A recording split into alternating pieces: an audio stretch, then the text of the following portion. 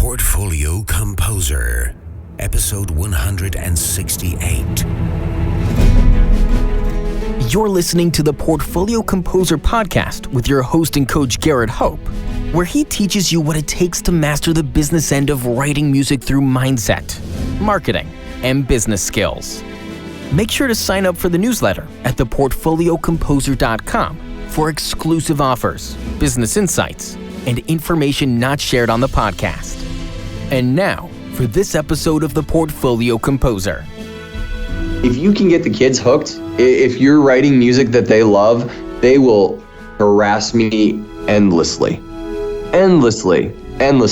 I can't tell you, every day I come in and some 7th or 8th graders like, can we play that thing from 6th grade? I'm like, you guys, like, no, like you already played that. And like, we can play, they're like, but it was awesome.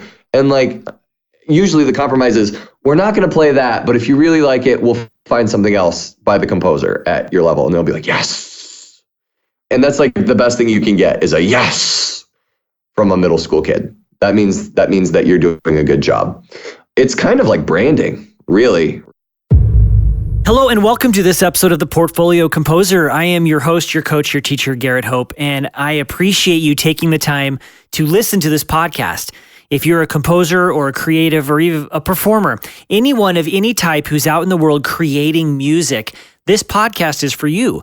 And my goal with the podcast is to try to answer the question, how can we better serve the people who want music? How can we make a living as we do so? And how can we maximize our efforts? And I believe we can learn a lot of lessons from the business world because we are small business owners and we need to think as such.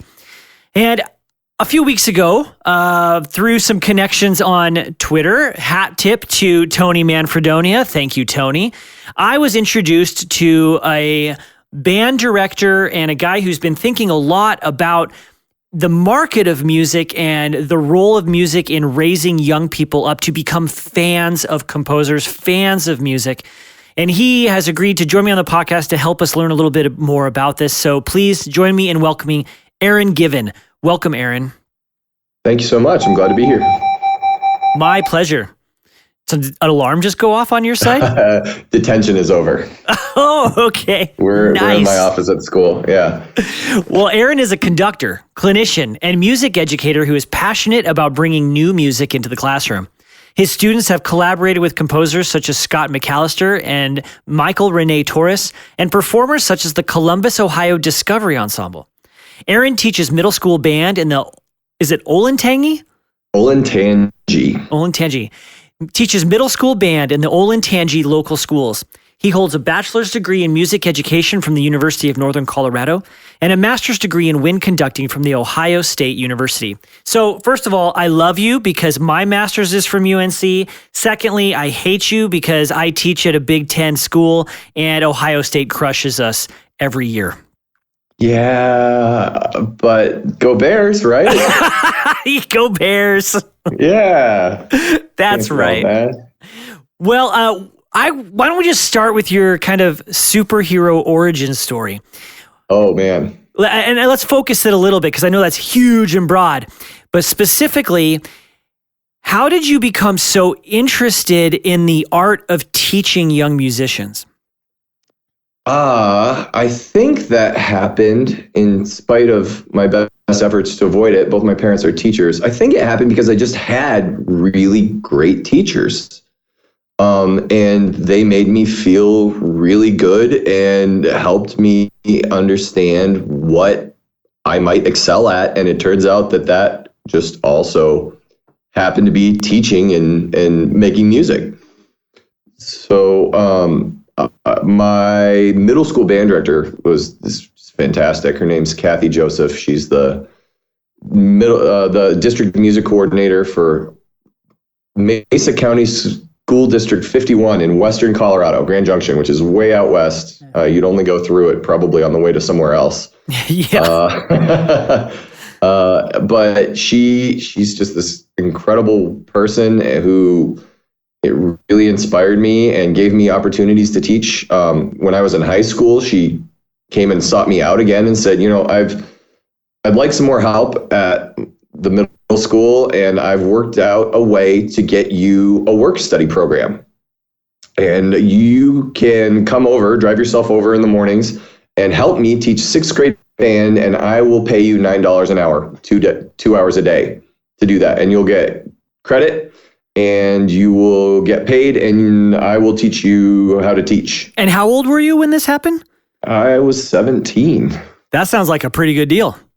It was fantastic. It was great. So I would, get up in the morning and do 0 period jazz band, and then haul myself over to the middle school, and I learned how to stand in front of a group of kids and keep their attention, and how to give feedback in a concise and helpful way. And I realized that it was really fun and that I kind of was good at it. And from that point, all the great musical experiences that probably most of your guests have had over the years, all state bands or orchestras, and the opportunities to kind of stack up, and you realize this is what I'm going to do. This is where I'm going to be.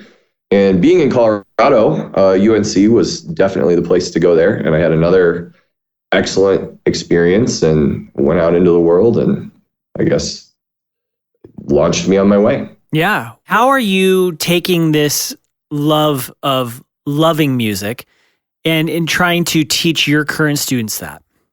For me, the thing that really helps is being able to genuinely show my own enthusiasm, right? Which hopefully will help us as we move forward through this interview, because finding music that you can really sink your teeth into that is genuinely exciting at a pedagogical level is not always the easiest thing to do, but it makes all the difference in the world. And when you can be genuinely, passionately excited about what you're doing, then you can kind of piper them along. And again, enthusiasm is infectious. And when they can start to get tastes and results, and then you can use that to push them along a little further, and you start that, cycle of positivity. You sound good, and so you play more, and that makes you sound good, and off we go. What do composers do that works? Or maybe it's easier to answer it. What do composers do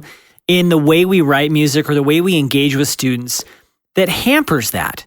I mean, personally, as a composer and educator, I want kids to fall in love with music and give them transformative experiences. And I think every composer would say that. Right. But I think there are things we do in practice that make it more difficult. So that's a challenging question, and I'm not looking to criticize, because different kids need different things. I don't want to speak for band directors at large as far as what they're looking for in music.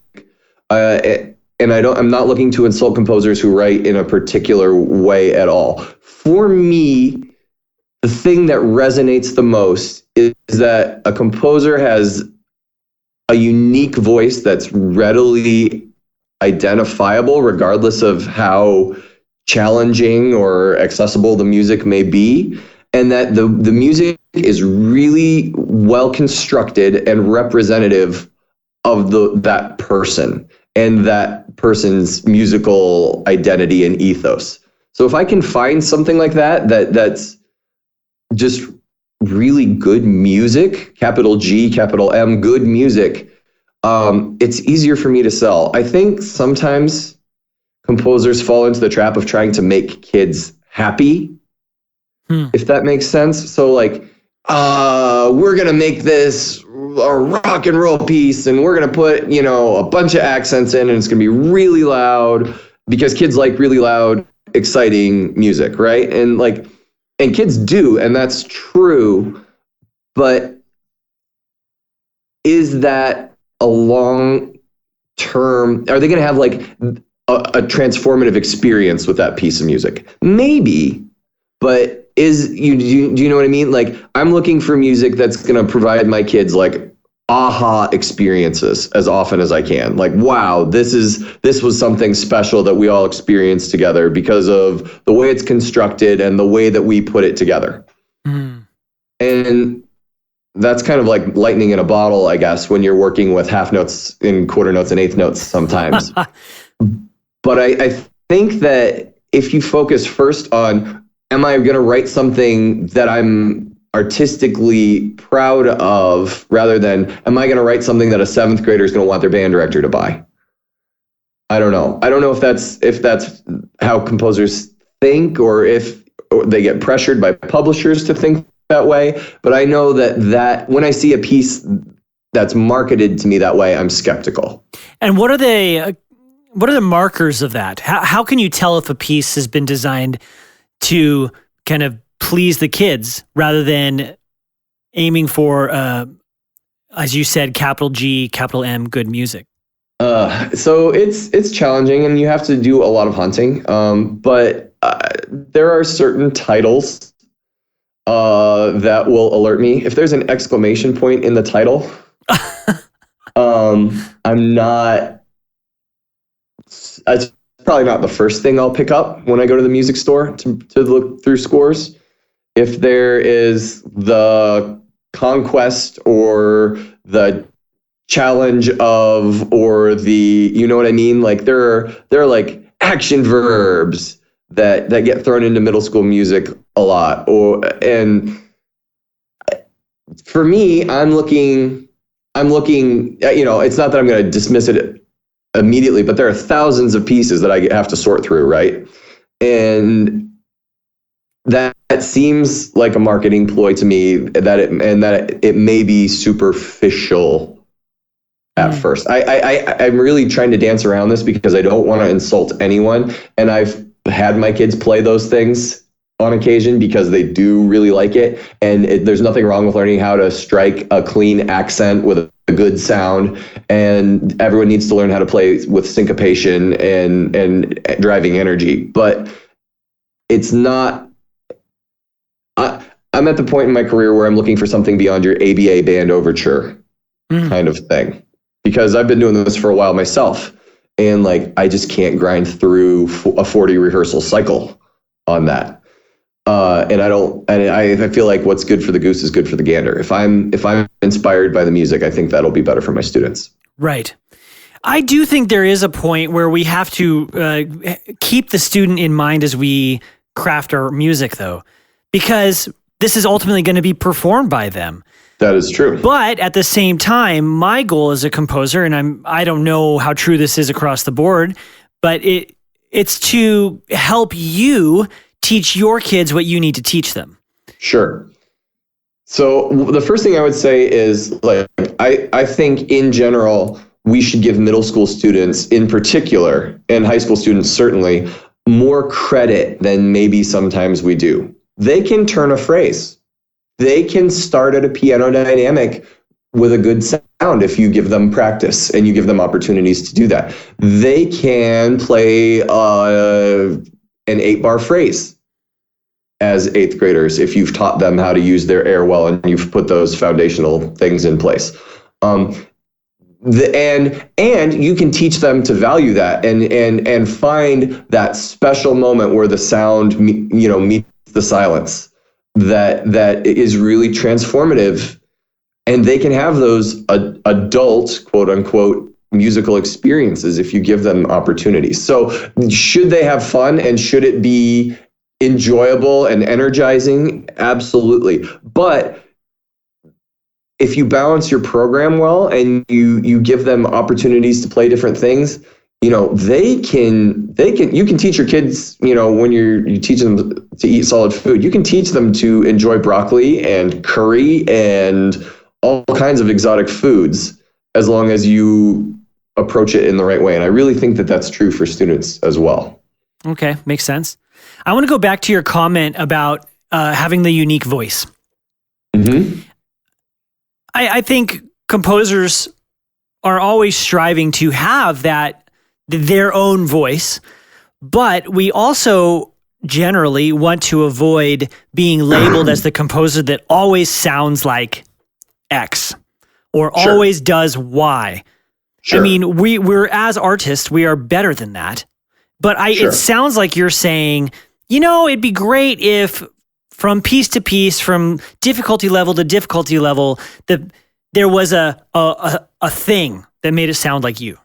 Right. So I'm trying to think of like if we're sticking in band land here, Granger always sounds like Granger, right? His orchestrations, his coloring, all of the strophic variation things that he does. Now, whether you're playing, Lincolnshire Posy at a grade 6, or you're playing, one of his little grade 2 Christmas hymns, it still sounds like Granger, and it's still just good music. And if you can find a way to distill your essence into fewer notes, that to me, that's really valuable. If you think about someone in the band world, Frank DeKelly is an obvious example, right? Like the way he writes always sounds like Frank. Now you can say that that's good or bad, but he's well thought of among at least the band world for the most part. And the same things that work and make Blue Shades compelling, he takes and distills down into grade 2 Joy or grade 2.5 Abracadabra. And those students are getting a real experience of a real composer who's using an authentic voice that they can access. And I think that that's kind of special. So when I say that I'm interested in composers writing in a way that sounds like them when they're writing for students, I guess I should clarify that I don't mean that every single piece sounds the same, right? Or that there's an aural footprint where you can listen to a few bars and be like, oh, that's that composer, right? I think it's true that if you study a composer's output over time, you will probably find commonalities, even as they change and grow and evolve, right? There are certain things that strike them and that make their way into their music over time. And that's great and that's fine. And I like those little fingerprints, I guess you could call them. But when I say I want it to sound like you, what I mean is I want it to be really authentically representative of you as an artist and a composer and a human being in the moment that you're writing. And I think it's really valuable for students to be able to make the connections with a composer as they are, because that way we can take that connection and share it with our audience. And that's every composer's goal and every performer's goal, right, is to make that connection with an audience. So I say that specifically because I worry that when composers write pedagogical music, quote unquote, that they feel like they either need to compromise what they're doing artistically because of the realities of the educational marketplace, or because students might lack technique. But I really would encourage you to write in a way that feels true and authentic to you. And we can work together to find a way to make that approachable by students. That's more what I mean when I say write music that sounds like you. Please be an authentic artist, even as you're writing at an accessible level. I think that's really challenging as a composer. I'm not doubting that at all. And it's easy for me to stand back here and be like, hey, you guys should do this thing. And I don't know how you feel about Frank DeKelly's music. I have no problem with Frank's music. Right. So, but what it does do for me, because I'm always planting seeds and looking down the road, what it does do when a composer does that is it gives me an avenue to build bridges to something bigger.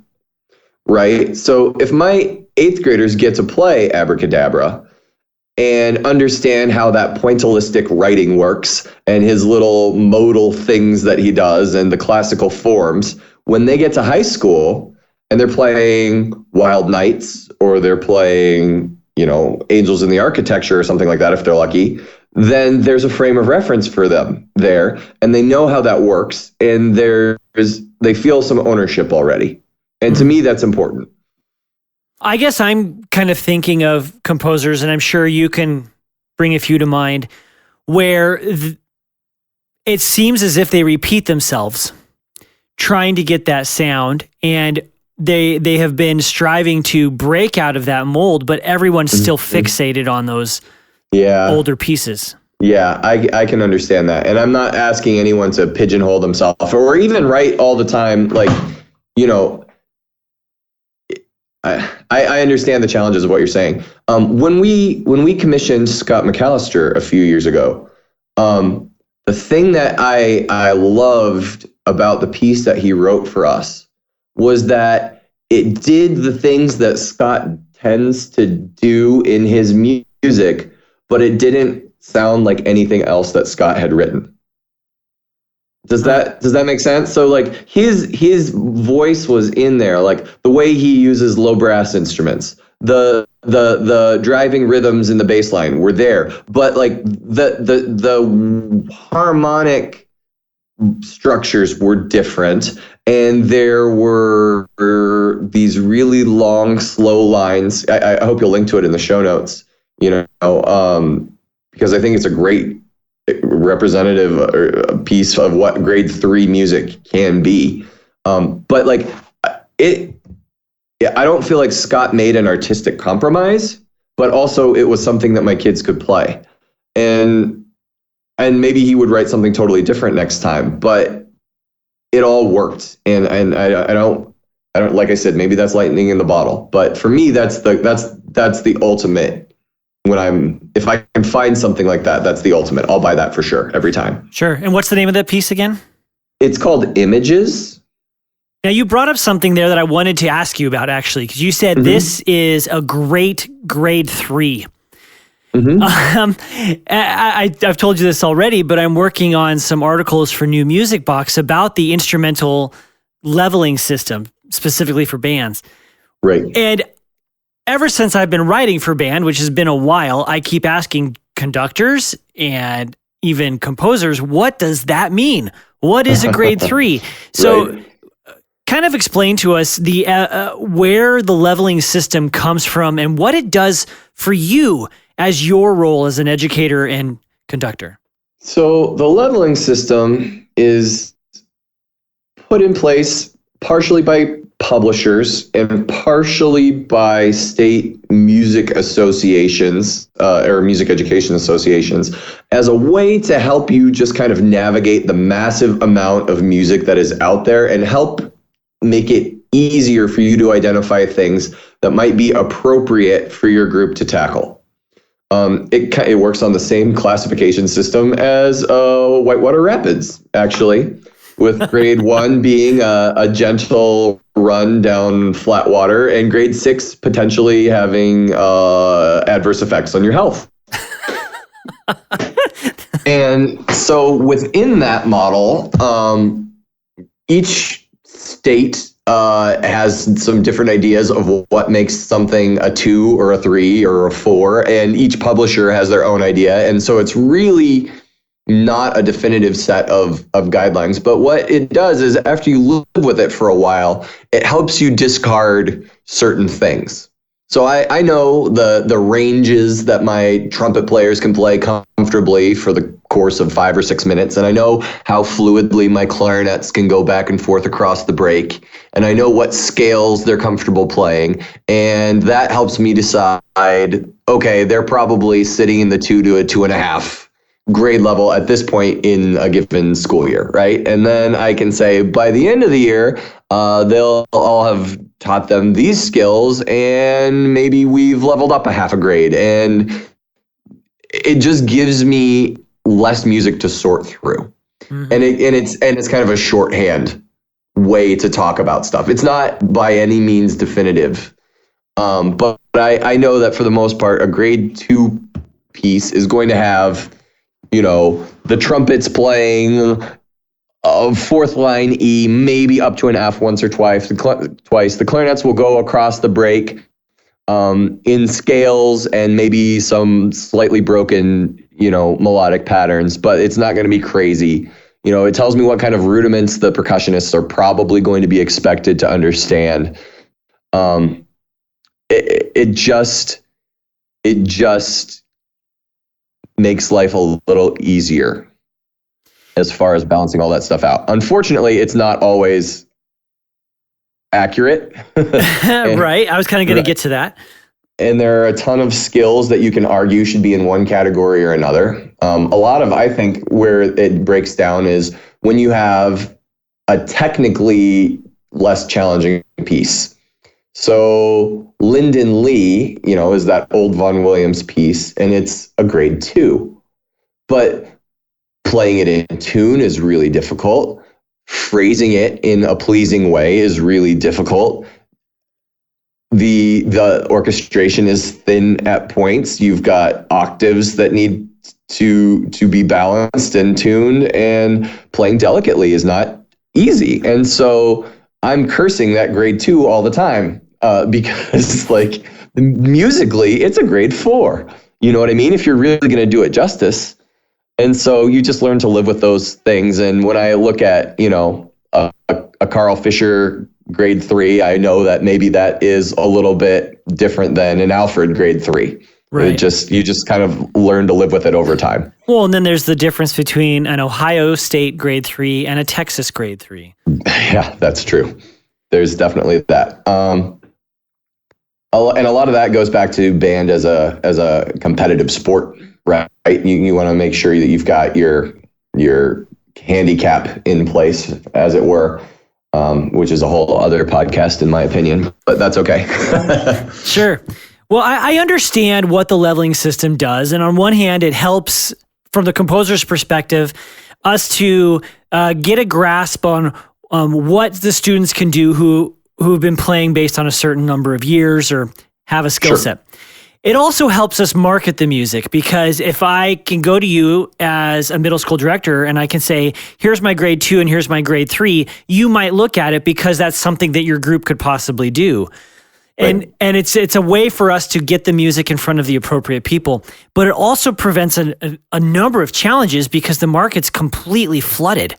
So what are your thoughts on how composers, assuming that they have crafted capital G, capital M, good music, right? What can they do to best market themselves to ensemble directors? That's really hard, because you're right. We do get flooded, and you guys are busy and we're busy, and it's hard to make your stuff come to the top, right? Yep. I find a lot of my music through colleagues. If you can get your hands on a good program and convince them to play your music, and then I hear that good program perform it and I like it, then I will save the program and try to find it later. If I've heard that the composer is really gracious and generous with their time and good with kids, and I might be able to bring them in, whether live or through a Skype type situation, and give my kids a unique interaction with a composer, I'm certainly going to do more of that. As far as going to the music store and just having, to start somewhere and what am I going to pick up first, I do use things like J.W. Pepper's, editorial picks to a certain extent. Just because we have to somewhere, right? We have to start there. There are publishers that I've learned that I like and whose tastes kind of line up with mine. I really like Grand Mesa Music as a source that's just a little bit off the beaten path. It's a little bit more. It's a little less.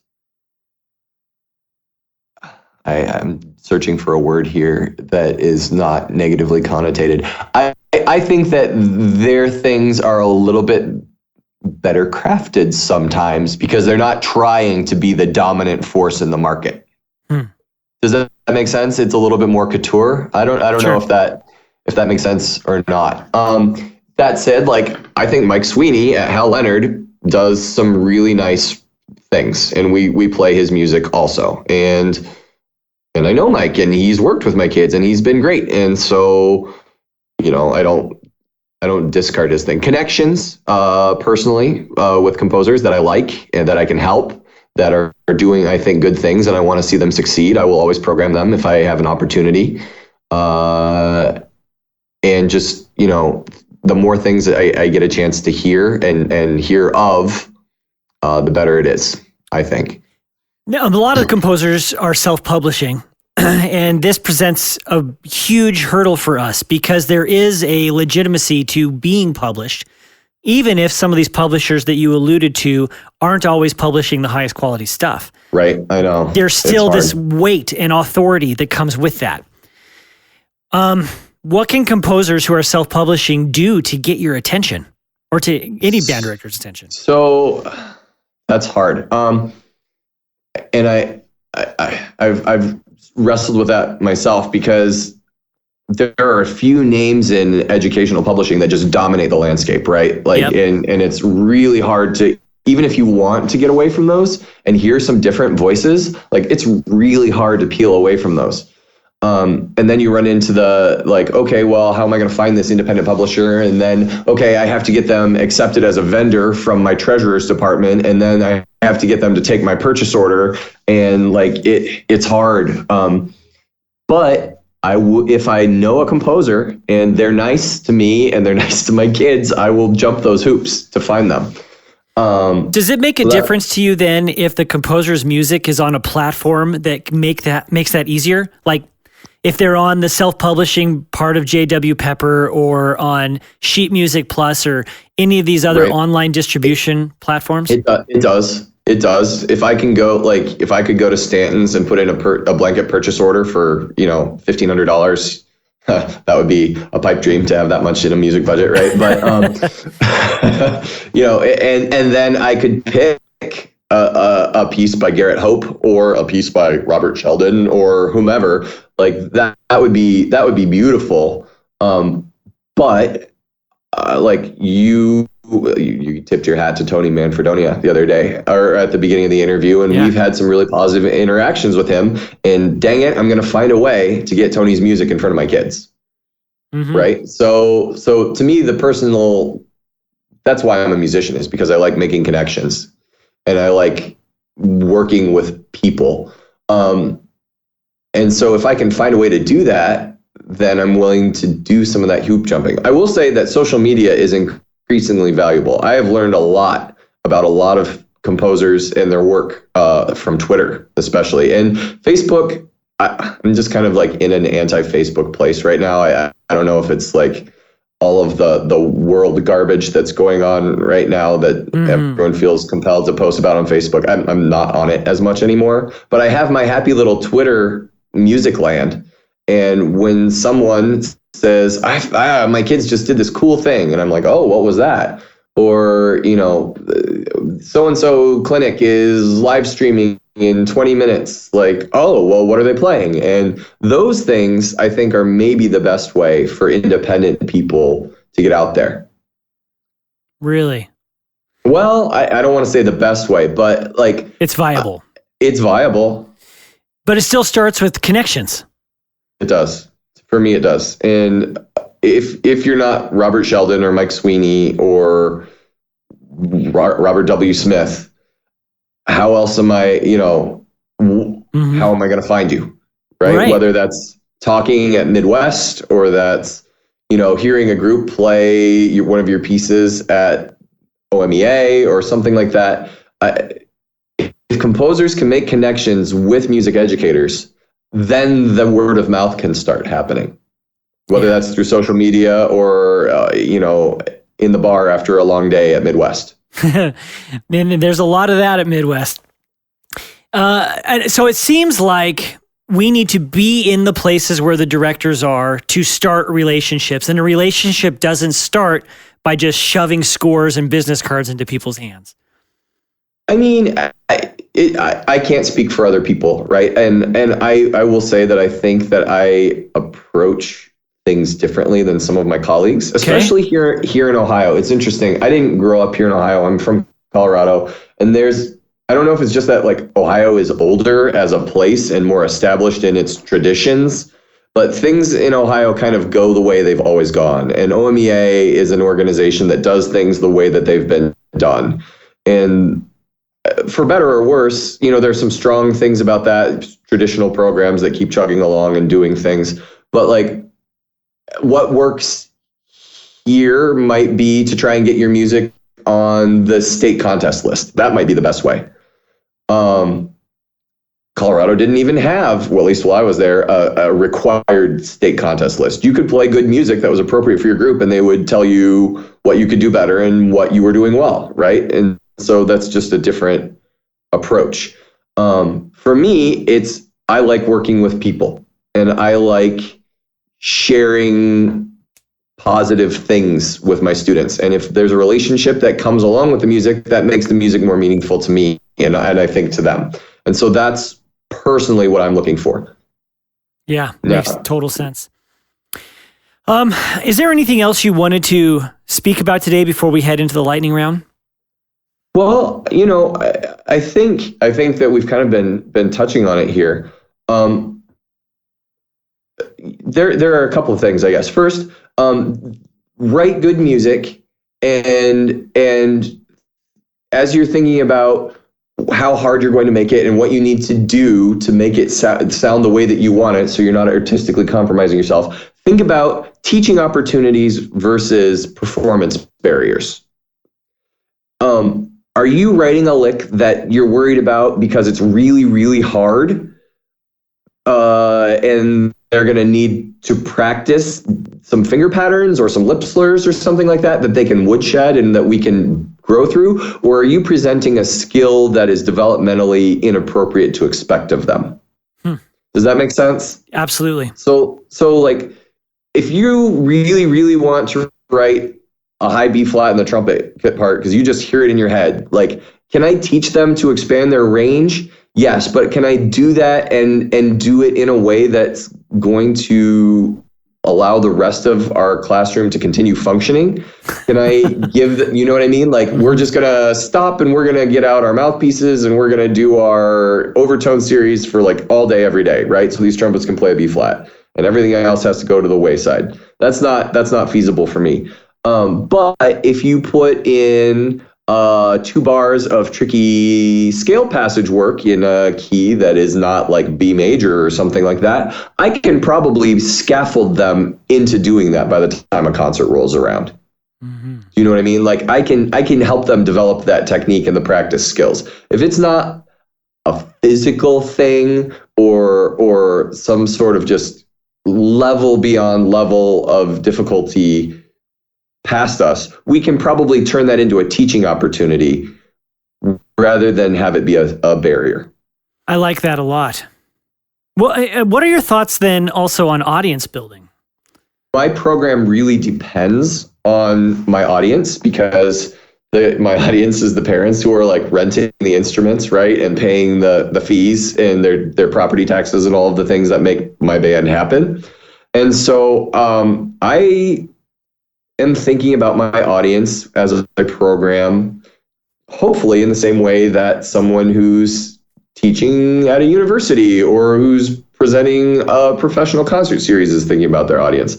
I'm looking for a way to take them on a meaningful musical journey. And I want to program a lot of different styles because my kids, need that as a frame of reference for their career, right? There are lots of appropriate arrangements of terpsichore that my kids can see now so that later, they can do Kenneth Hesketh or they can do Patrick Dunnigan's transcriptions or whatever it is. But I'm also looking for the audience to experience some of the connection that we've been trying to develop in class, right? Audiences come to concerts to share an experience. Yes. And I really believe that if we're doing our job, we can create that experience. Maybe it happens on a grade 1 version of Salvation is Created because the kids are working so hard and that synergy, that flow that you feel when they all breathe together and that beautiful, round low brass sound that you've been begging for 5 weeks finally comes out of the instrument, and they feel how special that is. That's a meaningful experience to the audience. And And I straight up tell my audiences, like, that was really special. You need to clap a lot now because that's hard and that's special and your kids are doing good things. But I'm also setting them up for that, I hope. I want them to be energized. I want them to be impressed. I want them to kind of revel in all of the things that they didn't know that their kids could do. And I want them to hear something that challenges them a little bit and hopefully convinces them that they should be listening differently or have different expectations for their music consumption. So you're thinking about the parents as your audience. And as a composer, I'm always thinking about my audience too, but you're my audience because I want you to buy my music. But I also need to build raving fans in the students, right? So, yeah, I mean, if you can get the kids hooked, if you're writing music that they love, they will harass me endlessly. Really? Endlessly. I can't tell you. Every day I come in and some 7th or 8th graders like, can we play that thing from 6th grade? I'm like, you guys, like, no, like you already played that. And like, we can play. They're like, but it was awesome. And like, usually the compromise is, we're not going to play that, but if you really like it, we'll find something else by the composer at your level. And they'll be like, yes. Right. And that's like the best thing you can get is a yes from a middle school kid. That means that you're doing a good job. And you know, it's kind of like branding, really, right? Mm-hmm. Like, yep. John Mackey is the master of this. Between like his social media presence and like his ability to write music that kids love, and I like John and I like a lot of his music, and I think that there's a lot of things that you can do with it educationally, but also like it resonates with kids, and they feel like a deep connection to him and his music. Like they have T-shirts, they have memes. Like if you Google John Mackey memes, like it's a thing on the internet, right? So like if you can do that and write music that speaks to you, that you feel represents you authentically, you know, I think writing educational music can be a really rewarding thing. I wish that there was a clear thing, because it is a real challenge. Writing educational music is really hard, but if you do it really well, it can be just as gratifying as writing, you know, at the upper echelons, I think. Well, I agree. I'm all the way. But I think you actually have a better opportunity of A, getting your music performed more than once, if performed at all, and B, being able to support yourself by writing music if you write for educational ensembles. For sure. Yeah, well, and it's great because like there's a new 7th grade band every year that needs to play something, right? Yep. Well, I just did an informal Facebook query to my friends, and I asked for what their general purchasing budget is for school. And the average number I got from directors was about $100 per year per ensemble. And I know that's not a lot, but depending on the score and the level, that's anywhere from 1 to 2 new pieces a year. And schools often have multiple ensembles. Right. And a little back of the envelope calculation, and just band music alone, then we're talking potentially $10 million worth of music just in band. And then you add in choral and strings, plus solo and solo literature, and then you get, you know, pop arrangements for easy piano or whatever. Right. And so it's big. It is. And if you do it well, we'll keep coming back. Yeah, that's what we want, right? Repeat. Yeah, absolutely. Repeat customers. Well, this has been awesome. Good. Yeah. Good. I hope this is useful to you. And the last thing I would say is like, band directors appreciate customer service. If you are the kind of person who puts it out there that you're willing to work with us to give our kids that unique insight to work with a composer, even if it's for a half an hour, even if it's for 20 minutes. And a lot of times I'll pay composers to do that because I know that they're busy and I know that they're not making money some other way if they're working with me.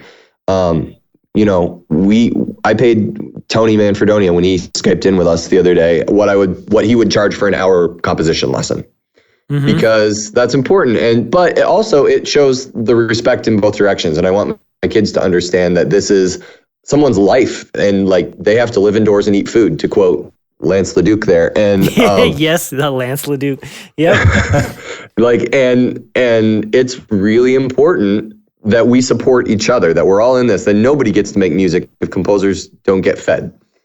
But if you are willing to come to us, I'll come back to you over and over again. Yeah. Well, I love it.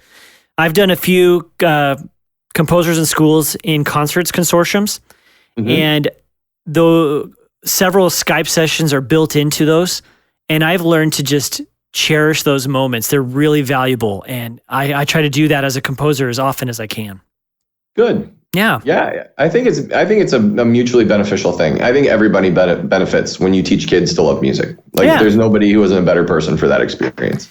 Well, when I was a student, that never happened. And maybe we played music by living composers, but honestly, I didn't know that. Sure. And the composer was this aloof thing that was away and different and other, not something I can ask questions to and engage with and provide feedback to. No. Yeah. We were talking about that with a sixth grader a couple of weeks ago. I was like, if I called, I think it was Jorge Vargas. If I called Jorge Vargas on the phone today and asked him what he thought about this, what do you think he would say? And they're like, you can't call him. I was like, what? They're like, composers are dead. Like, you can't call composers.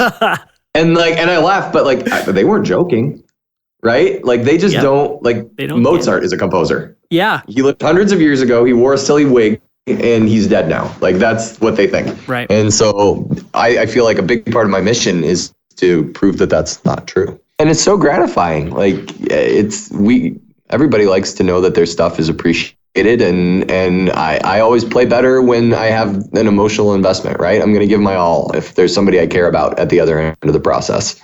Yeah. Let's take a quick break and we'll come back for the lightning round. Yeah. I am in the process of booking speaking gigs and seminars and workshops for the spring. If you are an educator and would like me to Skype in or visit your classroom or school to talk about the business of music, setting yourself up for success after graduation, what it means to think like a small business owner, branding, marketing, or mindset, send me an email. You can do that most easily through the portfoliocomposer.com website. There's a contact page which allows you to fill out a form and send me a quick email. I'd love to discuss this with you further before all my time gets completely eaten up. I look forward to hearing from you guys. Thanks. Welcome to the lightning round. Aaron, if you could turn back the clock, what advice would you give your 20-year-old self? Oh, man. I have some thoughts. Hindsight is pretty good over here, but I would probably ask myself to be a little more patient. I tend to be someone who analyzes a situation and like tears it apart and immediately finds a solution and implements that solution. But maybe I don't always look at how other people might think about that. That's something I've really had to learn as an educator and as a person with colleagues, is that, just because you think that it should be a certain way doesn't mean that you, even if you're in charge of a program or a process, just get to turn it topsy-turvy, and I spent a couple of years at the beginning of my career undoing what were really well-intentioned changes to my new program, right? I got my first job and I was like, oh, well, we're going to do this now and this now, and this has got to go. And there were a lot of people who were stakeholders that I didn't take a moment to think about and kind of bring on board before I just rocked their world. And things are good now, and I certainly learned my lesson, but I could have made my first couple years go way easier if I had gone back and said, you don't need to have all the answers. And if you think you do, let's maybe slow your roll here a little bit and ease into this a little bit. Build some relationships and some trust before you come in and wreck the joint. That's fantastic advice. Aaron, what is a personal habit of yours that you feel leads to your success? I think I'm really good at setting myself up for failure and rejection, actually. Okay. So like, for example, I teach middle school band, which is not a particularly glorious position in the greater scheme of music making, right? But I really like working with composers, and I really like working, and I think I'm a good musician, and I really value like collaborating at a high level. And so I have asked a lot of composers who are maybe, quote, out of my league to do stuff. And it's almost always gone well because they're nice people who see my enthusiasm and can kind of get the gist that I'm more or less competent and that I care a lot about kids and that they might benefit from this by at least feeling good and having fun, if not further than that. And so that's how, Scott McAllister and I hooked up. And the other night, Caroline Shaw was in town playing with the Columbus Symphony, and I don't know if I have any business talking to Pulitzer Prize winners as a middle school band director, but afterwards I went to the bar where I guessed that she and the orchestra musicians would be, and I pulled her aside for 2 minutes and I said, gosh, I really, really admire your music.